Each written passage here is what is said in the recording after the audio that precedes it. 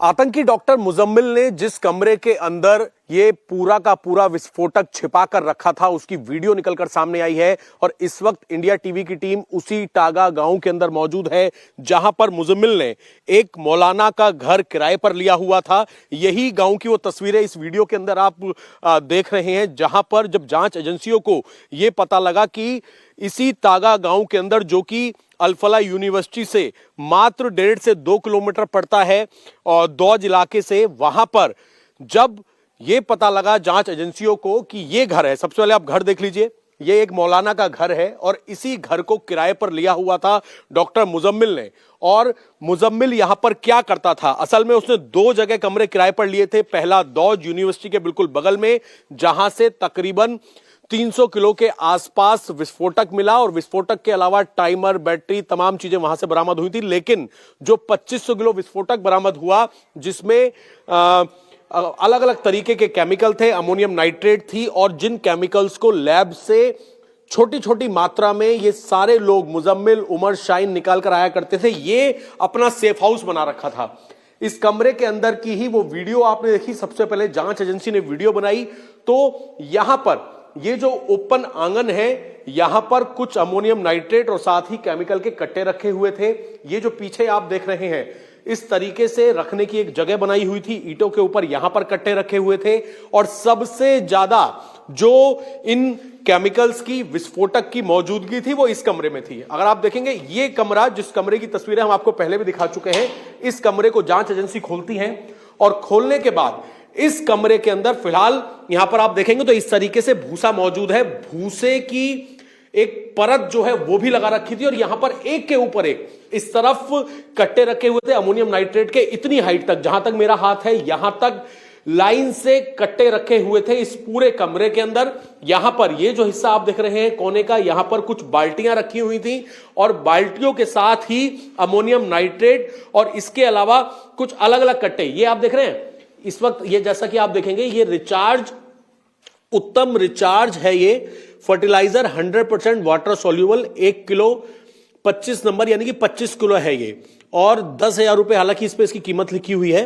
और नीचे देखेंगे आप, Chambal fertiliser and chemicals limited, Kota, Rajasthan की ये पूरी पैकिंग है। एक तरीके का ये फर्टिलाइजर है, क्योंकि हम आपको बता दें कि इस तरीके के फर्टिलाइजर मिलाकर, अमोनियम नाइट्रेट फर्टिलाइजर मिलाकर विस्फोटक जो है तैयार किया जाता था, जिसमें कुछ यूरिया भी मिलाया जाता था।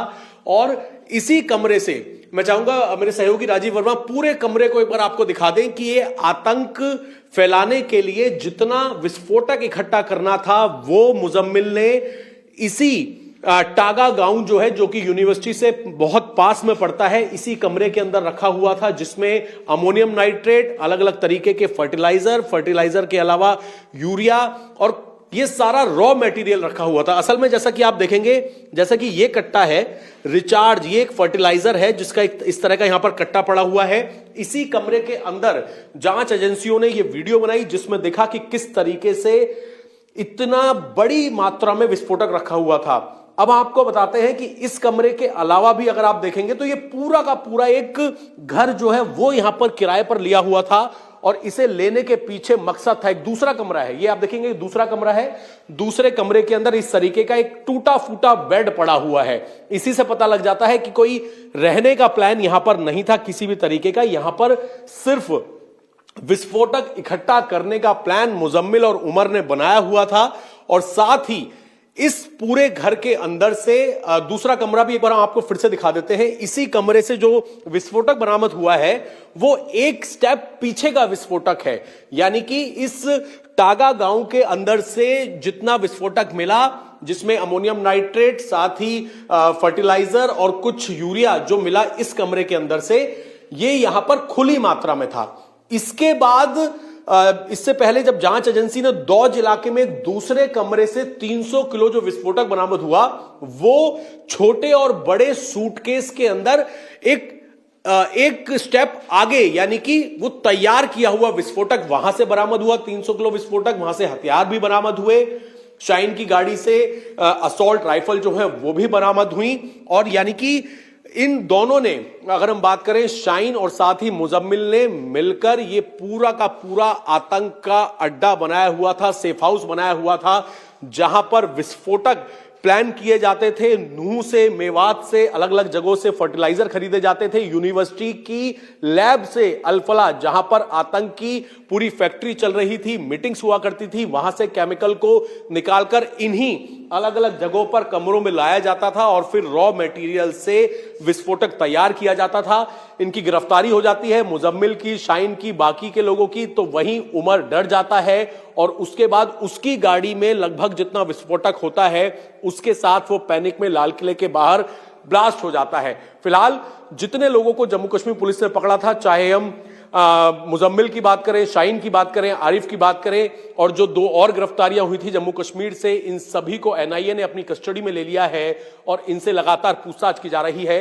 लेकिन ये तस्वीरें जो वीडियो निकलकर सामने आई है, जो कि जांच एजेंसी ने बनाई थी, वो इसी घर की वीडियो थी जिसमें आतंक फैलाने के लिए जो ब्लास्ट हुआ। आप सोचिए, ये ब्लास्ट तो पैनिक में हुआ जो कि उमर की गाड़ी में था, लेकिन इस कमरे के अंदर जितना विस्फोटक वीडियो के अंदर दिखाई दे रहा है, वो सारा अगर प्लान हो जाता तो कितने बड़े धमाके अलग अलग जगहों पर हो सकते थे।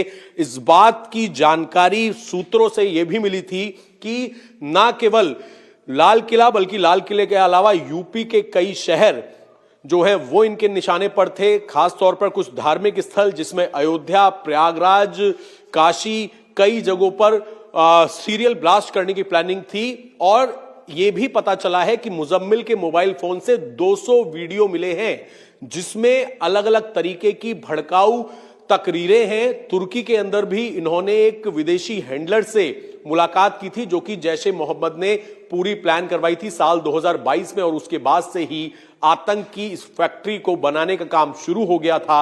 हालांकि समय रहते ही हमारी जांच एजेंसियों ने इनके मंसूबों पर पानी फेर दिया और फिलहाल ज्यादातर ये जो आतंकी हैं इनकी गिरफ्तारी की जा चुकी है। कैमरामैन राजीव वर्मा के साथ अभय पराशर, इंडिया टीवी, फरीदाबाद।